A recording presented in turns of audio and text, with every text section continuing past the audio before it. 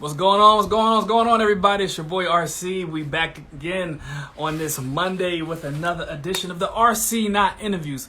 You know there's no other place to be than with the RC at 9. Let's get it. And for those that don't know, tell a friend and tell a friend and tell another friend to come on in, because this is the place to be. We have a special guest today, Supermodel Miguel Perdomo, the real MP23 on Instagram. And listen, we're going to get into a lot of things today. We're going to talk with him one-on-one. We're going to chop it up. Listen, he's been in the game for a minute. I know those of you who are out in the fashion world, models, listen, check in, tune in, and get a wealth of information, because this is going to be popping. Listen, it's going to be a good one. So, so hit that airplane at the bottom. Go ahead and invite your friends and let them know. Share this, repost as you see fit when it's over. And, let us know what you think in the comments below and also afterwards. Appreciate y'all for coming and joining us. And I'm glad to rock out one more time. Let's get it. I'm going to wait for him to come in. And I'm going to get started in a minute. All right. How you doing, Miss Lovable? Want to check in? Hope all is well with you. Here we go. It's been hot out here, y'all. Hope y'all hydrating and staying good, staying cool. Keeping your body right and in shape. Here we go. It's the man, the myth, the legend here. Himself, the real MP23, none other than Miguel Perdomo. Let's get him in here, y'all. Like I said, it's going to be a good one tonight. So tell a friend to tell another friend to tell another friend to come on in. Here we go.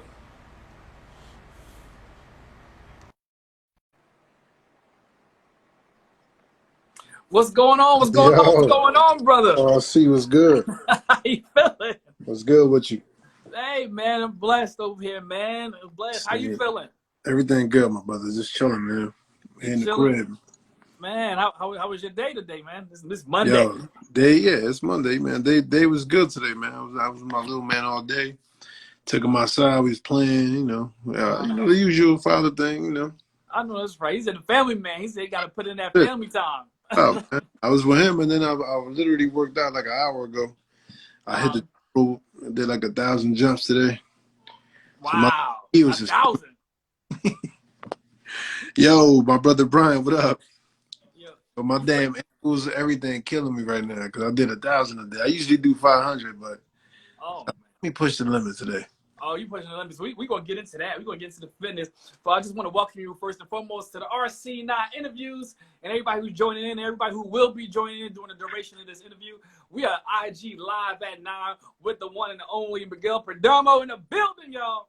Oh, we here. The real MP23. What it do? So welcome, man. Yo, thanks, brother. I know you, but we're going to get into some stuff today. We're just going to chop it up man-to-man, one-on-one. Just for those who don't know you and those who will be checking and viewing with us, just let them know who you are, and we're going to get right into it. My name is Miguel Perdomo. I'm from Paterson, New Jersey. Dominican descent. I'm still African. When people don't, they still don't understand that. But I'm Afro-Latino. And I've been in the modeling world 22 years now. Ooh, deuce. Crazy, man. Wow. They're in the room already. They say you got the Patterson stand up. They say in the room. It's lovable. What up? This was good. Man, so you've been in the 22 years. So we're going to get into it. So we with this whole, I know you've seen a lot of changes. Yeah, man. It's crazy right now, especially with this COVID thing, man. Yeah. I can only imagine, like, with the whole social media, how we go doing interviews via IG Live. I know you probably have done interviews in the past before this happened via Skype or whatever have you. Yeah, it's all good. It's the same thing. I mean, it's a social media platform, so it doesn't matter. Right. It's all the same thing. So, man, once again, welcome. Like, listen, you are OG in the game. That's for real. Right. Yeah. You've been doing this for a long time. Look, no more hairs. And I'm definitely going to get into it, man. I met you. I'm going to go back to, when I first came in contact with you was actually 2016. Doing the highlight, the highlight. The show. Hosted by DJ Emmy and Mosaic Unlimited. Shout out to little man Monica Rivas and all the crew over there. My girl Mo. Sterling and Eric and everybody on that staff at that time. You know, it was a great time. You know, for the Jersey at the Meadowlands Expo Center. You know, No, of course. it was a big turnout. Had some celebrities come through and perform. You know, we had Joe Budden come through. We had Joel Santana, Joel Ortiz came through. Just Blaze was there. Pretty much everybody from Jersey Yeah, is the in the Jersey was building. repping. Jersey was repping hard, so it was a good time. And you came out there and got on the runway and did your thing and held it down. And you also was doing a lot of the promo work beforehand. Yeah. With the other model, I forgot her name. You had the yellow Hummer, and Oh, you talking about with damn, I forgot homie's name. yeah, I forgot her name. The girl's I think Ayana, something like that was her name. Something like I see it pop up every once in a while. It's like she's not out there like she used to be. But yeah, y'all was doing your thing. Y'all killed it. You know, celebrity photographer Felix Natal Jr. was doing a shoot for that. Yeah, it was fun, man. Yeah, it was a fun time, man. So, you know, ever since I came in contact with you, it's always been good vibes, genuine vibes, and you know, much respect to that. Like, you know, I hit you up, ask you for advice. You shoot me advice. Yeah, man. You know, man, I'm laid back, man. I'm all good, man. He said, y'all good. So we want to get into this modeling world, because right now, I believe this modeling world probably has always been a fierce world to be in. A lot of politics and a lot of, you know. Yeah, you gotta have thick skin, man, to be in this industry, man. This industry is not for the weak. Nah. Especially New York, man. Hell no, they get at your throat quick. Wow. So you're as you said, you know, repping, you Patterson raised. Born and raised, yeah. Patterson born and raised, and you rep from Jersey now. Now, from what I'm understanding, and from, you know, correct me if I'm wrong, are you the first Dominican supermodel? Yeah, I mean it's funny because they labeled me that because I was more known like in the urban world, but there was like at least 5 or 6 guys before me. But it's just that they hit like a point that I think maybe like after 20 shoots they just disappeared, all of these guys, and then I don't know where the hell they went. But I know the females are there. You know, like I've seen females on the runway. They've been killing. Right. They just don't classify them as Dominican back then. They was just like, nah, she's African American. They never classified us as Dominican. They always told me, yeah, you're black. I'm like, we know that, but we also are Spanish as well. Right. And we're both, you know, we're both. They was like, no, we get it, but you know, it is what it is. At the time, that's what it was, you know. So when did you first started hearing that particular title? I would say like 2002, 2003, around there. Okay. You know, because other Dominican dudes like, yo, this kid is you know, he's it, man. He's the one. He's Neo. So you started getting your validation from the other Dominican models. Yeah, from other dudes coming up. They was like, yo, we want to be like you. I'm like, what? I'm like, I'm not even up there. I'm not Tyson Beckford's up there. I'm not even there. You know, like this. That's what you should emulate that guy, not me. I'm trying to get to where he at. But they wasn't trying to. They was like, nah, we trying to get where you at, bro, because they think all the urban stuff was like, you know, was dope. I was like, to me, it was all learning, man. It was like, you know, it was a learning curve for me. Right. So every shoot, I learned something new, and I'm like, all right, cool. I know this, I know that. So you said you've been in it 22 years. So let me do that. We in 2000 what?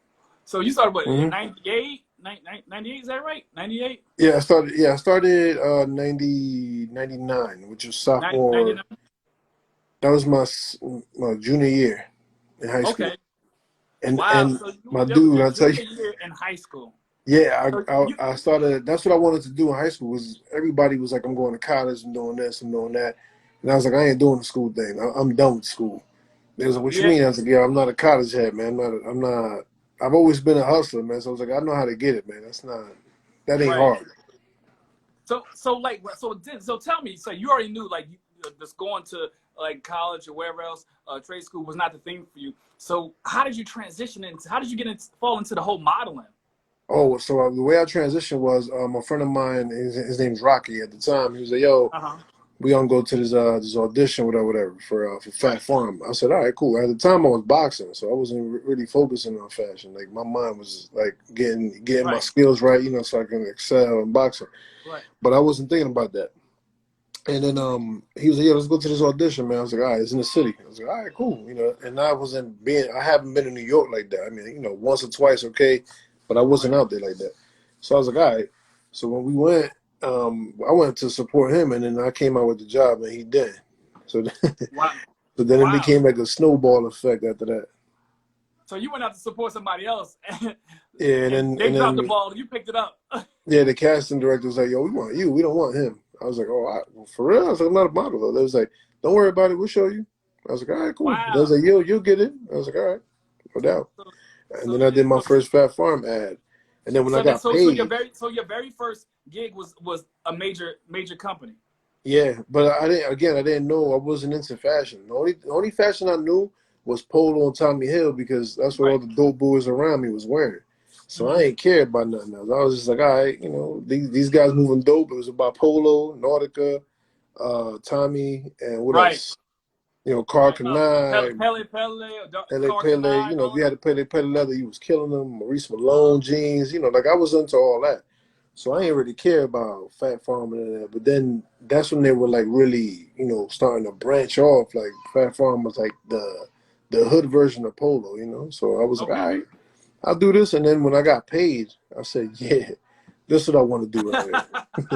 So I was like, yeah, I only did like I was only there for like 4 hours. I wasn't there long. And then when Then I your got eyes paid, I was opened like, up. It's yo. like you was like, wait a minute, I could do this. Wait a minute now. Hold Yeah, I was up. like, I could do this, and then there they started inviting me to parties.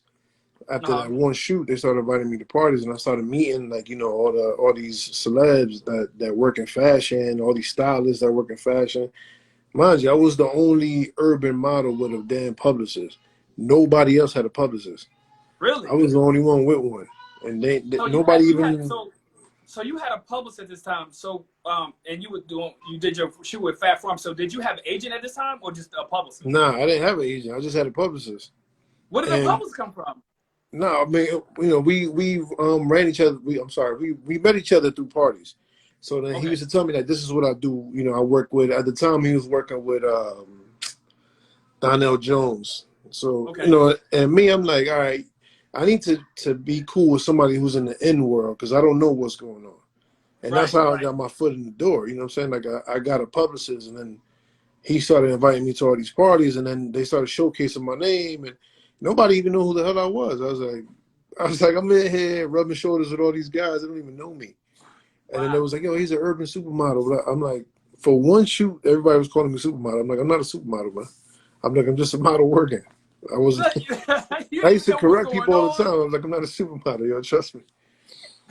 Because I didn't want to take credit for the real supermodels that were really doing the work. I'm Right. not trying to make them look bad because I know what it is.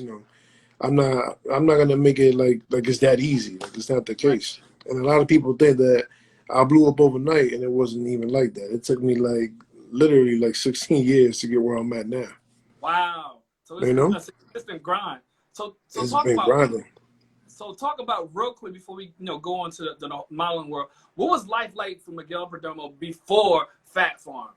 Before Fat Farm, I was just in the gym, man, boxing all the time. At the time, and I was right. Like my body was like extremely right. I had a six pack, all that shit. Wow. So there was like, everybody used to tell me, "Yo, you should be a model. You should be a model." That's the crazy part. That before that, everybody used to tell me that, and I'm like, "Yeah, I don't know what the hell you're talking about, man. I'm into Right. boxing. This is my thing, and that's why I got my jumping rope skills from, like, me Okay. working at it every day, and that's what I wanted to do because I was real passionate about that, and I had a lot of anger too because it was just like I was one of those kids where my parents never showed up to none of my games because they was always working, like to provide for me and my Right. brothers and everybody else. So that I kind of took that at heart when I was younger. But then when you got older, you understand, like, oh, all right, I got all this because they was busting their ass for me. Right. Right. So so with that, like that really that's what made me transition from boxing to modeling. I'm like, all right.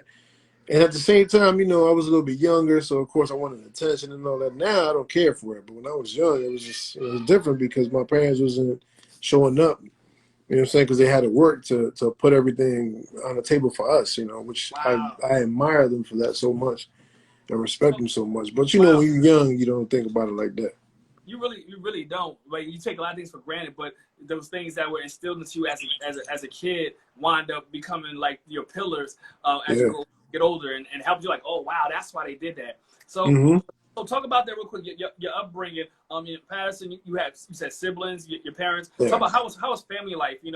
Family life was dope, man. Like I had the best, upbringing. It was just, again, I would just wanted my parents to be a little bit more there for me when I was like playing sports or whatever.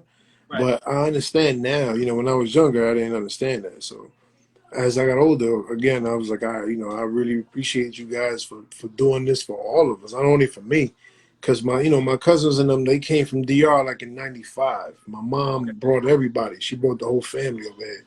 So it was like 18 of us in a 4-bedroom apartment. Wow! And And you you already know, said it was how many 18 of us. in a 4-bedroom It apartment? was 4 different families in Four one different apartment. families, not what?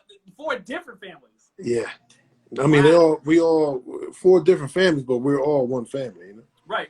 But it's just like, all right, the Rosarios, the Reyes, who was Perdomo, and of course us. Like, but Right. my cousin lived downstairs from us, and this dude had a 4-bedroom, him and his sister, and this dude would sleep over at our house all the time. I'm like, dude, we ain't got no room for you, man. Get Wow. the hell up out of here, but that's Wow. what it So was, man. that's actually amazing. We hear stories like this, quite often. Of Hold on, what people up? trying to struggle. How did you feel during that time? Being, I guess everybody was family. Y'all always one family. It's 4 different families, but all y'all was family. So was that a challenging time for you, or was it mentally, like, being able to adapt and to still learn and still get the attention that you need from, I guess, from your parents possibly? How was that? It was hard, man, because my parents is like literally focused on everybody, not only me. It wasn't about me. It was about Right. everybody. So I took that personal like the first couple months, but then like my cousins, they became my brothers. So it was like I ain't Oh, even care no more. Like that, all that anger left out the window. wow. So it So, was dope because we was all going to high school together. So we would all walk to school every so day. yeah, so y'all roll deep. You said y'all mess with one, y'all mess with all of us. Yeah, exactly. So we deep, man. My family's huge, man. And everybody that knows us from Patterson, they know we pretty much been on Park Ave our whole life.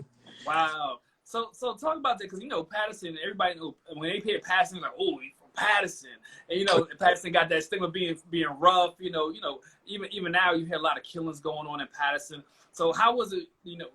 I know you talked about the family life, but actually being out and playing in the streets, going to school. How was that aspect of growing up in Patterson for you? I mean, back then it was different because you had pretty much had OGs on every block, so we all pretty much knew each other. Now it's not so much the same guys around because everybody grown up, they got families now, so nobody really got time to be out there in the streets like that. But it was more of a respect thing, like even us young guys, like we respect our older heads, that showed us love from early. We always respect our OGs. We never disrespecting anybody. It was always about respect, period. And to this day, I still see older guys that like, damn, I remember when you was this small. You big as hell now. I'm like, it's all good, man. That's part of life. And so, like you said before, one of the things you were into was boxing. Was that something you was always into as a kid, or something that you wanted to transition to as you got older? Always something I was into because my favorite boxer is Mike Tyson. Like, Okay, I was getting ready to ask you that. Who's your favorite boxer? my favorite boxer, Mike Tyson, and I had the same anger as him. Wow. The only difference is I was 13, 14, knocking kids the hell out, like put Wow. to sleep. I was like, yeah, I'm gonna knock everybody. I was on some some Ooh. real heated type shit. But then I had to switch when my cousins came from DR. All that changed, man, because I was spending more time with people my age, and it was like, all right, we playing video games, we going to the park, we doing this, we doing that. So it was dope, man. It was fun, and then I channeled that instead of me doing dumb stuff in the streets, and I got out of boxing a little bit more because I was mainly with them. And then I felt like I'm like the protector now. So I'm like the big brother. I got to protect everybody. So, Right. I was always like that. So I was, I was never that kid. I was like, like I was never on some dumb stuff. Like, Before becoming a supermodel, you always like was the model figure that people gravitate to and looked up to, and you looked at yourself as the protector pretty much. you to hold it down for your people, for your family, Uh, your friends? yeah, I had to, man. I had to hold it down for everybody. And then I got two older brothers, three older brothers, and then these guys, like they instill so much different, like life values in me. So that's why I move very different. I'm not like everybody else. I don't really care for the attention. I don't care for none of that. I don't want. I always tell people I don't want fame. I want funds. They don't, and it's like they don't grasp that. I mean, Right. it's ironic because of the industry I'm in. Right. So now that leads us back to the modeling world. So going through your humble beginnings and learning how to channel your anger and funnel it into something positive, to family, into boxing, and things of that nature. So that actually essentially it prepared you for the modeling world. Yeah, I mean, of course, but they keep you grounded. yeah, exactly, all the time, man. Being from Patterson, man, is one of the greatest things. I always tell people. I'm always proud to say where I'm from, because there's a lot of people that I know that came out of Patterson. They don't say they're from Patterson. I just look at them like, wow, okay, Wow. like they're ashamed of where they come from. I'm like, I'm never like that, man. I'm gonna always rep my hood forever. Everybody know that. Wow. And being that my city is that tough, it gives you, it makes you like real hardcore because you learn what you learn and you learn in the streets. It's not in school. It ain't got nothing to do. Right. And people don't like when they get that, like, oh, okay, this kid is a hard knock. I learned everything in the streets. I ain't never learned that in school. Wow. So Unfortunately. So you see, you know what? And a lot of people I find that reach a level of success, like you have, and even other stars who come from humble beginnings and come from where their families either they had people to support them, they had a strong support system. Mm-hmm. They understand and value the importance of having solid people around them. Oh Because yeah, no. you could get caught up in the limelight so quickly, and have a lot of yes mans around you. Not keeping 100 with you, and then Nah. something. That's the thing. I got the same dudes I grew up with. They still with me. Like, wow. it ain't. You know what I'm saying? Like, of course, when you in this industry, you run into guys that you see. They all affiliates, whatever. But it's like my circle is very small. It's the same 5 heads that have been around me my whole life. Wow. And everybody that knows me knows that. Like, I'm always, if I'm not with my older brother June, I'm with Jonathan. If I'm not with Jonathan, I'm with Kelly. If I'm not with Kelly, I'm with Alamo. These are the same guys that have been around me the whole neck of the, it's like, it's been a ride, man. And then my little brother, like Los, he's always with me. My cousin P, which is like my brother too. Like, we the same age. That's my older brother as well. Like, we always together, man. Like, I don't really got too many outside friends like that. Like, of course, I know a lot of people. You know how it is, but you got a small circle. Like who your day ones. Right. You like you said, you got your day ones. You got an inner circle. You got the outer circle. Yeah, I got my industry friends. I know. I know where to put people at. Like I've always been good at that. So now, knowing how to move, how they say you got to know how to move in a room full of vultures. Taking the Jay-Z line real quick. So all day. I mean, being from Patterson and growing up the way you grew up and having humble connections and people keep you solid. Transition into the industry. This is a whole nother realm for you now. Even though, it's a whole nother realm. How did you learn to adjust? Because I know in every new thing's like going to a new job. You got to learn how they roll. You got to know how the system is, who to talk to, who the people to How did you learn how to? I mean, I grew up around hustlers, so it's like they all taught me very well. They taught me how to move. So it's like they always told me, "Yo, you a shark, but when you get in the ocean, you're gonna be amongst other sharks." So it's a dog eat dog world. Right. So it's like, yeah, I get it. They pretty much groomed me to be a shark. Wow. Okay. I'm just not to the level where I want to be at yet. But once I get there, then you see, I'm gonna be on some Nipsey shit. I know that's right. I'm gonna be like, I'm opening the business here. So like you said, you've been in the game for 22 years, and that's no small accomplishment, man. That's 2 decades plus 2.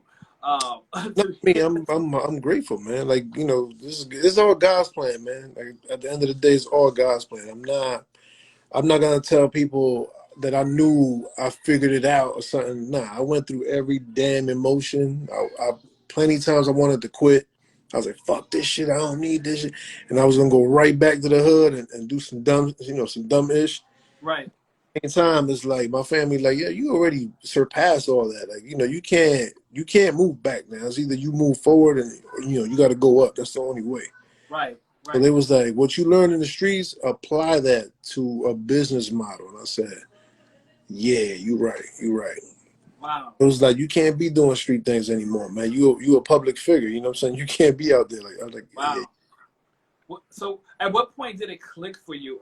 Coming from what point did it click that what you just said? I am a public figure. Like what incident happened or what took place in your life? They said, you know what, I can't move like this no more. Was it any defining moment for you? Yeah, I mean, yeah. I'm sorry. Reason being that I'm always with my cousins and my brothers and everybody in the hood. So of course, every once in a while, you're gonna have a knucklehead come out of nowhere. That they try to start a fight or whatever, and everybody get defensive over me quick. They no, chill. Miguel said, no, we can't be fighting. And that right there is like, all right, if they moving like that, because I'm not moving like that. I'm the first one to be like, all right, what's good? Who got to get banged out? Whatever. Right. I'm always with the shits. But there was you can't, man. Like, because obviously, I always tell dudes, if I bang out with you, it's gonna look like you got jumped, but I'm only one guy. I was like, I don't even want to do that to you. I don't want to put Right. you on Cross Star. I don't want to do that, and I don't need the lawsuit. I'm good. He said, I don't even need the lawsuit. He said, listen, I'm trying to make something happen over here. Yeah, I'm So too old to be trying to like, and then these kids these days now they all shooting. I ain't got time for that, man. right. I'm They old moving school, man. they move Like a me lot and you, different than back in the 90s. yeah, like grew up there. If you don't like somebody, you fight each other out. After the fight, you handshake. We good. You got it off your chest. Keep moving. Right. I'm like Right. that. I'm old school, but these new kids, they not Right. ready for no ass whooping. He That's why I said don't he's even not waste my ready time. for it. They're ready to go to the guns and Yeah, and I'm like, cop out the that's cool. Do your thing, man. Stay shooting, whatever. Just don't come wow. up there with that shit. But it's good that people like yourself give back to the community by you're still very much present in the community, still I have, connected, like man. you're still connected, and that's what it's all about. A lot of people leave and it's get to this certain level and they say forget where I came from, and don't come back. But you very much, and I always see it. You come on a live and you just keep it real. You always viewed you as a humble dude, but straightforward, no nonsense type of guy. Yeah. You just have that presence and demeanor about you. So I want to talk about after the whole Fat Farm, deal. What was your next deal after that? What was your next shoot? My What did next you shoot do was after that? Don Diva magazine. Oh, Don Diva. Okay. And Don Diva magazine was crazy because I did that and then I got so much praise in jail from like everybody that knew me as a kid.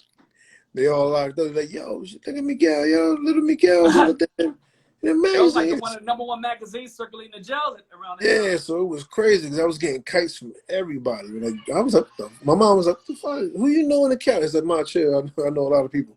That's all, because they had their kids in boxing. And I knew I knew a lot of them. So they were sending Wow. me kites like, "Yo, keep doing your thing, man. Stay the hell out the streets." And even in letters, they were telling me, "Stay the hell out the streets." I was like, "I don't even be in the streets like that, man. I just, Right. of course, I go through when I'm on my bike or whatever, and I say what's up to everybody. It's just that a lot of the times I was in the wrong corners at the wrong time, so cops will Ah. show up, and Right. they take Right. everybody down. And I was like, nah, I can't be doing that no more, man. Wow. But that So Don so Diva you magazine got me a lot of hood credit. wow. So with the Don Diva magazine, how did you get a hold of them?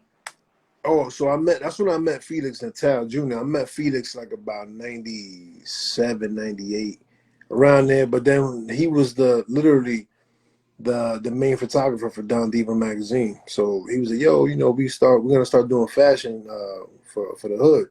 And I was like, all right, cool. I just did this Fat Farm thing the other day.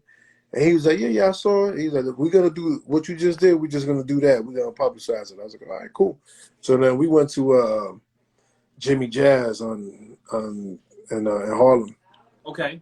Mind you, this is my second time in Harlem. I went before, but I didn't go. I went with my brother. He went to go get a radio or whatever. And then this time I went and he was showing me around Harlem. Like, oh yeah, this is 90, 98, 99. Mm-hmm. So I'm like, I'm a Jersey head. I'm not really a New Yorker. So then he takes me there and my eyes open up like, yo, this shit is dope. I need to be out here. This is Right. why I got to make moves at. He's like, that's why I brought you here. Expand your mind. Cool. Wow. We did the shoot for Don Diva in 2 days. I met PD Crack for Rockefeller Records. Right. Mm-hmm. I met Lady Luck. Not Lady Luck. I'm sorry. Lazy K, DJ Lazy K. So Okay. we always been good friends. Me, her, PD Craig. I'm still cool with PD. We talk every once in a while. He's still in Philly doing whatever he's doing. And those guys, like her and him, like they always show me love and all those urban parties. Like every time SOBs had a party, I would Right. show up because of them. They say, yo, come to this party. Such and such from Source Magazine is gonna be there. That's how I met Dane Twan, like through all these parties. And again, I was getting my networking skills in. Like that's when I was me talking to everybody. Instead of me being on the block, I was talking to people. This is the same thing to me. I didn't look at. So at this particular time, because I know you said you had got started, you was like a junior in high school. Yeah. So how old were you at this moment? At that time, I was already like 19, 20. Wow. And then, Wow. and it's funny because, mind you, everybody know I'm from Park Ave, Straight Street, Summer Street. I'm all that area. I'm always in that area. And at the time, everybody was like, yo, this kid from Patterson, because it wasn't really a lot of dudes in the industry from Patterson. Right. I mean, you got Tratch, you got a couple guys that's from Jersey, but they never rep. They rep, different parts. Right. I think he was repping East Orange or something like that. Yeah, East Orange. Yep. Yeah, Lauren Hill. I met Lauren Hill at the Fugees. They from East Orange as well. So like all of them, they all was like, yo, we all from Jersey, man. We should just unite, And then they was giving me like names and numbers to the people that I needed to talk to. Like, yo, you need to talk to this person, this person. I was like, all right, cool. And that's how I got my foot in the door. You can tell me at one time there was like a little unity in Jersey where people were actually helping one another out. Yeah, no, we was like early on in the industry parties. Early on, we definitely was, man, because we all trying to make it. It wasn't no, oh, I'm better than you. I hate you. It was none of that. It was like we all got to come up together. I was like, we always tell each other like if I pop first, I got you. If you pop first, you got me. Whatever the case was. But we always Jersey always came together. Wow, that's amazing to hear that. So you said 19, 20 around that time, and you meeting all these people. I mean, all this is spent off of one shoot that you almost like slipped into. Yeah, I didn't even go for it. It was a point that was God's plan for your life, obviously, unbeknownst to you, and you took it to another level. So now you in Don Diva magazine. Now, are you like a reoccurring in that magazine, working with them heavy? Yeah, I was at the time, and then I did I want to say 7 spreads with them, something like that. Okay. And it was good because it was like giving me a lot of notoriety too, and it's funny because Source Magazine saw me, and I was trying my best to get into Source Magazine at the time. They was like, nah, we good, we're not doing that yet, we don't need you yet, blah blah blah. I was like, all right, cool. They was just doing rappers because that's where they was getting their money from. Okay. Yeah. Rappers posting their albums, their projects, and all that. And I was like, all right, cool.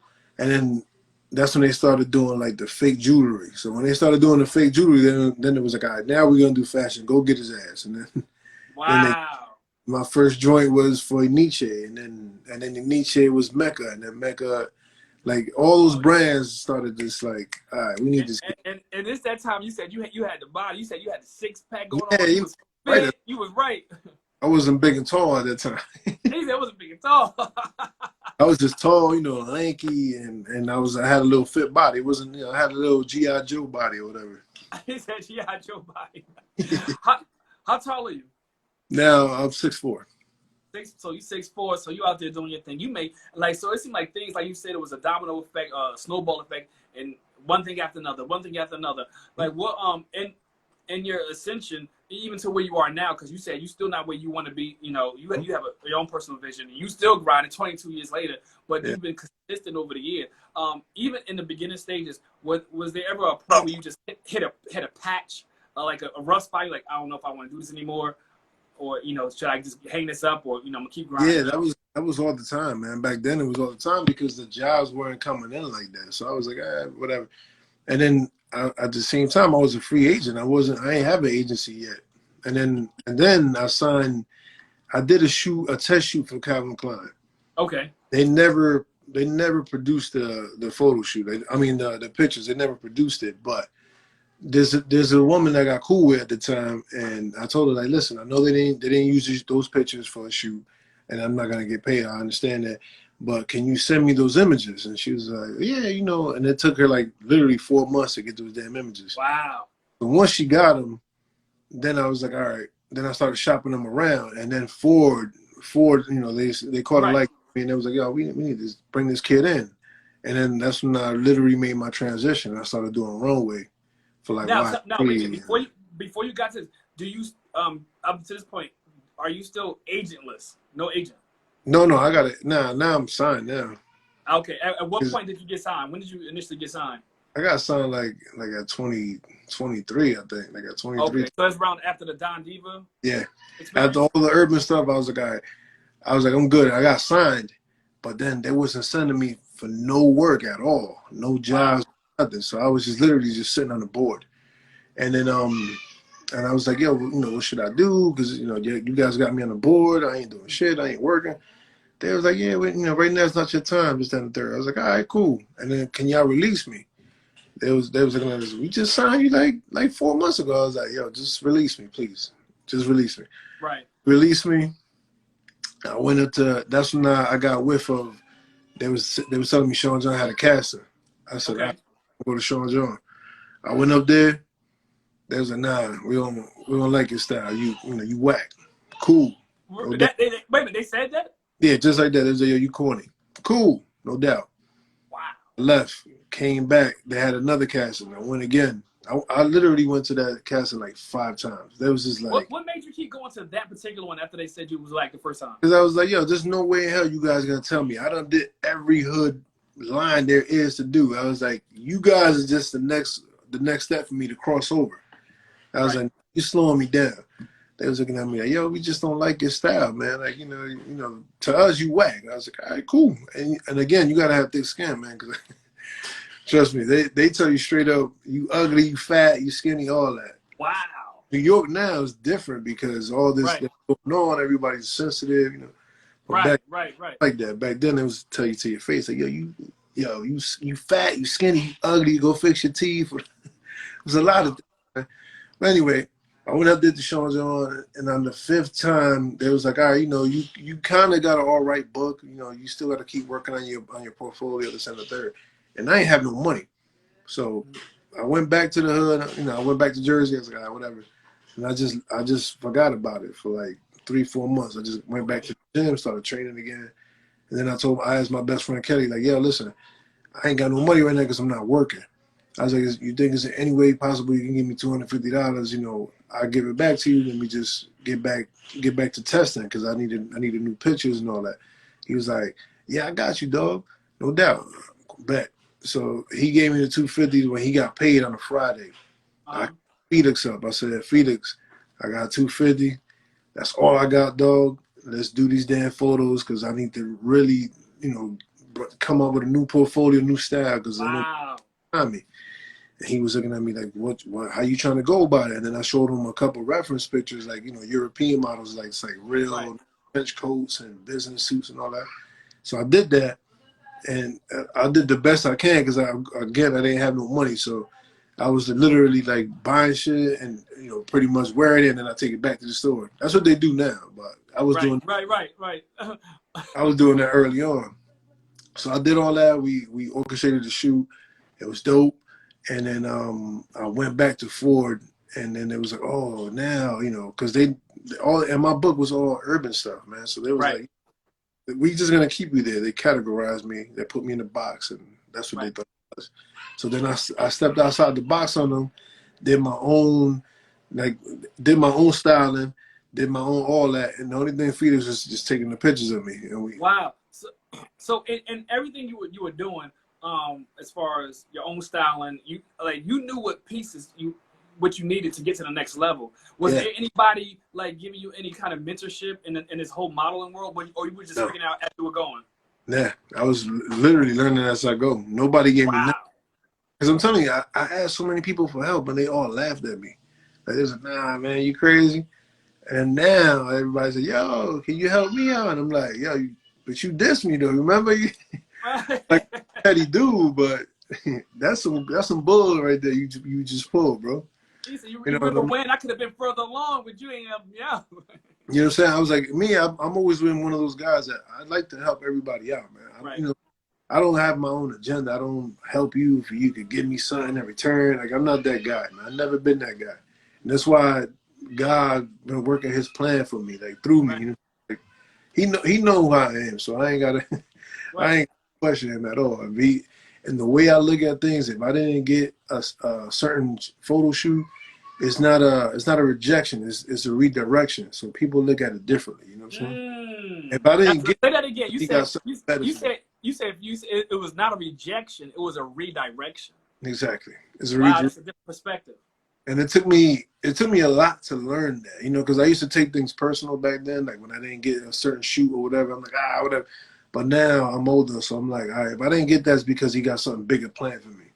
And then when something bigger comes, I'm like, whoa, that's what's up. You know, I get excited because at the same time, understand that I'm still breaking doors down, man. Because big and tall, all right, we here now, but we Right. don't know how long it's gonna be here. You know what I'm saying? So in the meantime, I gotta kill everything. Right. Kill everything. So for they could, it's pretty much like they could just keep that stamp here. Like, all right, we need big and tall. Because they, you know, I want it to be like a face thing. Like, all right, you know, like, all right, you know, it's like Love and Hip Hop, like it's another season. Right. I don't want it to be like that. I want it to be like, all right, this is a category. It's staying. It's not going away. You know, and that's one of those things that I always think of. Like, you know, how long is Big and Tall going to run? How long am I going to work? And at the same time, I need to accumulate as many shoots as I can so I can start a business. You know, because I can't always rely on fashion. Well, So the way you operated, I mean, it was you had really a plan. You had everything really.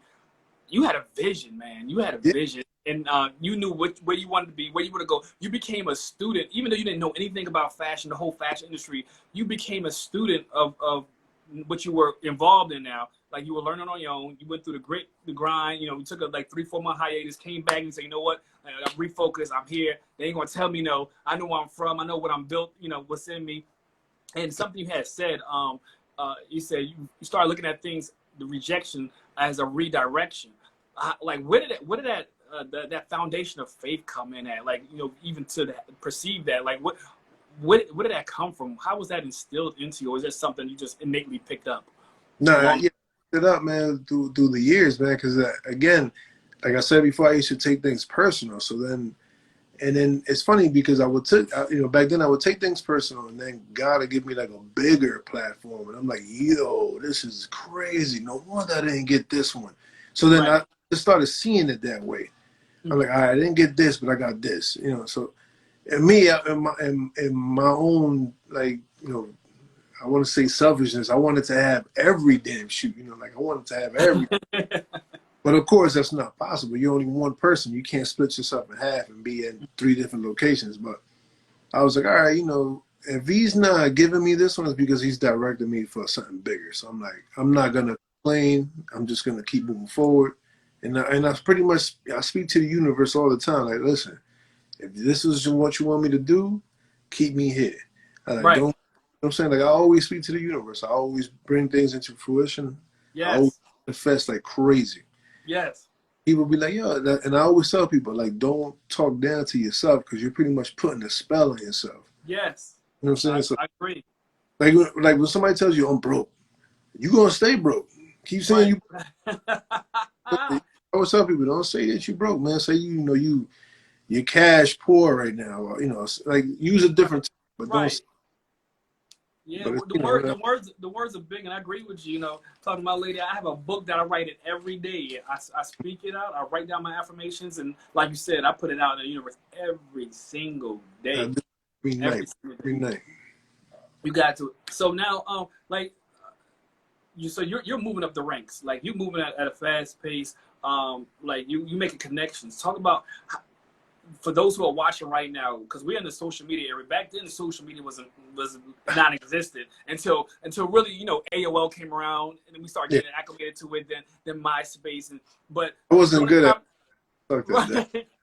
So, but during your time that you were really in the thick of it, there was none of that. So you just had to do like face to face. Your social skills had to be up. You had to know how to move in a room full of vultures. You start training and teaching yourself about the industry, and then moving accordingly. So talk to the people right now who's watching about the importance of making connections and being loyal to. And of course, I mean, again, I grew up in the grassroots era. You know what I'm saying? So, of course, for a lot of people who don't know what grassroots is, that means you have to physically go see somebody, talk to them, meet them, know how they are. And if you're like me, I know your vibe from the minute I meet you. Like because your energy introduces you before you do. Yeah. So I look at you like, all right, I already know what time it is. I know in the room, I know who's who. Yeah. And I categorize people, and I move people. I put them in a section in my mind. That's right. So I know that because of so many years being in the city, and pretty much like people watching, and you train yourself to see people's motives and their agendas. And I could tell from far. Like I could tell were you genuine or were you real. I could tell were you bullshitting or you fake. I could tell all that. I could tell if you a scammer. I could tell all that. But me, I've always had that. Even my family tell me at the time, you think everybody nice. I'm like, I give everybody that from the beginning. Like, I give you the rope. Now, if you want to choke yourself out little by little, like, I give you all the rope. But it's just that the minute I see you cross me, then I got to kill you off. Right. It's kind of like you're done. It's like you're a person in a TV show, and I got to kill your role off, and that's it. Right. That's it. Moving. Right. So you got to put people in their place. So, you got those, the industry instincts, killer instincts. Like I said, you know where you came from in the streets and in a hood. Like you had to have these instincts as a way to survive, as a way to make it. Know how to move, because people out here move funny. So you got to be smart. You got to be think a step ahead of them. Let's. Also, something I forgot to mention. A lot of people. You've done a lot of things. You're a supermodel, but listen, I want people to know that he's not just here local in the United States of America. This man is international. I've tuned into his live. This man is all the way in countries and places I can't even pronounce. I'm just trying to pretty much raise the bar for big and tall, man. For the culture. Look at my girl Liz. That's another one. That's a gem right there too. That girl been rocking. We started together a long time ago. Actually, she started way before me, because she was in The Best Man. Have you seen The Best Man? Yeah. She was in there. She was one of the dancers. Oh wow, okay. Imagine she's been at it longer than me. But I'm just saying, like when we both broke into fashion, it was kind of like, it's like, I was talking to one of my friends the other day. He was like, yo, you're like the new Tyson Beckford, and she's like the Naomi Campbell of big and tall, and plus size. I was like, that's a cool comparison. That's, that's the GOATs. They top tier. But we doing our own thing. So we want, I told him, I was like, I want to be Miguel. I don't want to be no Tyson Beckford. Right. Lyrics wants to be Lyrics. She don't want to be Naomi Campbell. So we bring our own shit to the game, like everybody else do. We bring our own bag, So yeah, bro. So I know you're not all into the hype of the celebrities and things like that, because you yourself, you're grounded and you respect the the people you work with. But just for those who don't know, who are some of the names and companies you have worked for, model for? Because listen, you going to big and tall. You see you in Target. You may see you in Macy's somewhere. May see your picture a little bit everywhere. So let them know some of the people you work for. Great companies, man. Work for Target. I work for Kohl's. I work for Walmart. I work for JCPenney. You name it, man. Dressman XL out of Sweden, Spain. Who else? Damn, man. It's so many. So many brands. I picked up new brands too, but we haven't shot anything. So they always telling me like, yo, just keep everything on the hush hush. When all this goes away, we gotta get right back to work. I was like, all right. Oh, Tommy Bahama's like one of my biggest clients. Van Heusen, one of my biggest clients. PVH, they do amazing, man. I love them. I love everybody I work with, man. I've never had a problem on set, ever, ever, because you gotta understand, like. We do Van Heusen. And I love all these companies too, because they're close by. Everybody's close, which is like dope. But then when I travel, it's always amazing too, because I meet great people on the road. And then when we get to these shoots, we have fun, man. And that's another thing that models got to understand too. Like when you on set and you working with everybody, be grateful, man, and be happy, you know, and make sure you let them know that you're grateful and you're having a good time. And always make their life easier. If you make their life easier, you're always gonna be working. These new Wow. models, man, they come in there, it's all about me. I'm like, nah, man, you can't move like that, man, because you're not a company. You're just a figure. You're a pawn. You are a chess piece. Wow. I was So like, you're you not the said you gotta board. remain humble at all times. And I always tell people, this is what life is. You're a pawn, and life is a chessboard. You know what I'm saying? So it's like you move with a. There's a lot of pieces on the chessboard. You're not the only one. I was like, Wow. remember that. Wow, that's a nugget for all of us to continue to remember. Like some of the jobs you go to, even if people work 9 to 5 jobs, we're nothing but a number. We're nothing Yeah, but a number. It could replace you same just thing, man. as quick as they hired you. Exactly. And if you die, they'll post your job up like nothing ever happened. Wow. So one of the stories I remember, just to backtrack a little bit, back in your working with Sean John days. I had a conversation. This is how real Miguel is, y'all. Like he stayed humble. He always. You told me about the time you went there. I guess I don't know if it was a party or something, or if it was a shoot, and how you just come with you had your own entourage of people. Yeah, they was looking at me like, yo, this guy. I brought everybody from my block there. They was looking at me like, yo. Because they don't even work in said, man, you fashion. like, I come was like, on. so? It was one of those things where they was just like, wow. Like, we never saw that before. Because, they always see, like, models rolling with other models and other, Right. other stylists, celebrity photographers. I was, like, rolling with dudes from my block. They was looking at me like, yo, this guy's crazy. Wow. How many people would you bring with you? I mean, back then I was probably bringing like 12, 13 with me at the time. I mean, it You wasn't. was rolling like you was a hip hop star out there. Yeah, man, but it was more for them, because the way I was looking at it is like I got to open up their mind. You know what I'm saying? For Right. them got this block mindset, and Wow. I'm on a corner with 20 dudes. Like, nah, man, we're not doing that no more, man. We got to be on some corporate thugging. And then when they learned that, it was like, yo, this is crazy. Now, pretty much none of them stand on that corner. Now they all doing their own thing. Like one Wow. got a truck company, another one's doing this. Everybody's doing good. And that was my whole goal, was to open up their mind beyond that block. Mm-hmm. You know? Wow. And that's good. Like I said, I said earlier in the interview, how you were really an example to those who are around you, and you really allowed yourself. You got this opportunity. You didn't take it for granted. Like you really ran, and really, like you said, helping other people to expand and open their mind that there's more than just being on the block. It's more than just your local surroundings, and that's the example many of us, even this generation here, needs. It's more than just Instagram and the Facebook and the social media. You got to expand your mind beyond this virtual world here. Yeah, man. But these young guys, they got the world to their hands, pretty much like at the disposal to their hands. Like pretty much everything is at your fingertips, and yet so many kids now are lazy. But then again, is just the irony. Like a lot of them are lazy, but a lot of them are smart as hell too. Because it's like it's like not really doing the things that we were doing when we were young. They're more like tech now. You see kids building apps, like they buying computers to do stuff. Right. We wasn't doing none of that. We didn't have that access. And the crazy part is that now you have all this access. Imagine if me and you go back in time and we have like the way these kids live now, bro. I would have been a billionaire by now. I was telling somebody this, I believe yesterday. I was like, yo, if we had this card, if I knew what back then what I know now, or we had the same access, it'd be crazy. I'm telling you, man. Like, you imagine we had Instagram back in those days? I mean, a lot of people be locked up right now. I know that. Right. I know that for sure. But it's like at the Right. same time, you learn so much faster back then. Now it's like we're like the teachers, and then we got to teach them, do this, don't do that. So it sucks, man. I hate that passing of the torch moment. Right.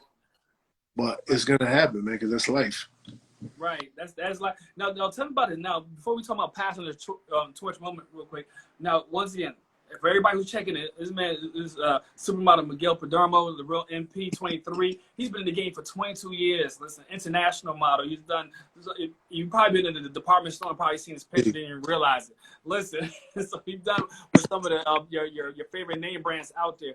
But in these 22 years, how did you manage to weather the storms of the tenure of your career? Listen, you was young and fit and still in good shape now. You still about your fitness, but going from a young man to a family man and still be able to get booked, be able to get signed, like how did you keep that connection? How did you keep that together? Man, again, I'm gonna tell you, this is all God's plan, because all I did was show up to every audition, every casting, you name, I just showed up. And then what sets me apart from every other model is that I still got a book. Everybody else has like digital, like they got an iPad or whatever. I still got a book. I bring a book all the time. They look at me like, yo, this like Wow. they just look at me and smirk like, wow, this guy still got a book. I'm like, yeah, I don't really do the digital because Old school. like yeah, because if it falls, and I'm one of those clumsy guys. Like if it fall out my hand and hit a corner and it breaks, like I gotta buy a whole new iPad. Like I ain't beat for that. Wow. Yes, there was consistency, great work, and ethic. That's right. Consistency, great work, ethic, and reinvention. That's it. That's what I was talking. Because I seen like your pictures from the Sean John days, and now you have the more mature looks, and you're doing the catalogs of like the Van Heusen and all of the Big and Tall. It's like that reinvention. Like, did you to the point where like, you know what? Okay, I'm not as young as you used to be. I don't look the same way I used to look. I'm older now. So did you start targeting different companies or? Yeah, well, again, that's when I did every time you got to update your portfolio, not all the time, but I tend to do it like every 3-4 months. I'm always late with that. And then my agency be like, yeah, you got to, bring it early. I'm like, yeah, I'm sorry. I got to do this. I got to do that. They know I'm busy all the time. So it's like when I reinvent myself, I always try to like not look the way I used to look. Like I come out with a different suit, come out with, something that they could be like, all right, like that I could sell. Like if it looks like the way they taught me is if it look good and you can sell it, we gonna book you. Like we just and I'm so conscious to always ask the companies about feedback. Like I always want to know, how did this photo shoot impact your company? Did they did good? Did it do bad? I always ask them that, and a lot of models don't really care for that, but I do, because I'm like, if you keep booking me, it's because obviously, we changed the scale. We moved the scale a little bit. So I need to know like what's going on. Does it mean it's a good thing or is it a bad thing? They always tell me, no, since we brought you on board, we generated 30% more sales. Like I need to know all these facts, because that way I'm like, all right, cool, that we moving the scale up. Like we starting to change things now, which is amazing. Right. And a lot of these models don't ask that. I do. I'm the only one that cares about sales. Like this is something like you dropping some gems right now for those who are watching who really like serious about getting into the world. Like this is the old school techniques. These are the techniques you use to help you to become a better model, to really get better booking. With the information that you were asking about, how's everything looking, and they give you back the feedback. Oh, we generated 30% more sales. Now, when you get this information, do you take this information when it's time to renegotiate contracts or what they're paying you? Do you use that to help you? Yeah, I do. Leverage that? I don't like to poke the bear too much. You know what I'm saying? Because I don't want to wake it up and then the bear goes crazy. Like, we don't need you anymore. Right. I'm that guy. But yeah, they always, of course, they compensate you. They compensate you well when you're in this business.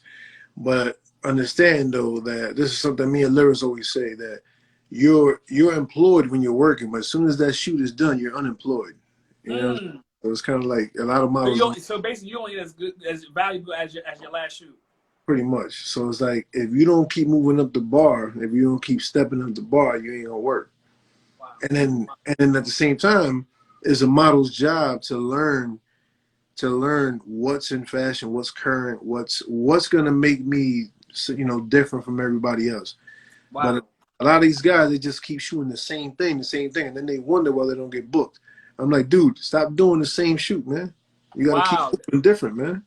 You talking right, and I want to get on something. Miguel, do you have a little more time? Because it's some other points I want to get to before this Instagram shuts off. So I want to come back on if you have more time. Yeah, that's not a problem. I got you. All right. So let's do this now. I'm gonna shut it down right now, and I'm gonna come right back on. So give me 2 minutes, and we'll continue off where we left off at. All right. I'll jump back on. All right, and everybody who was here, just come back in. I'm gonna go live again. Just want to make sure we don't cut them off in mid sentence. Word. You're talking about. All right. So we'll be right back. All right.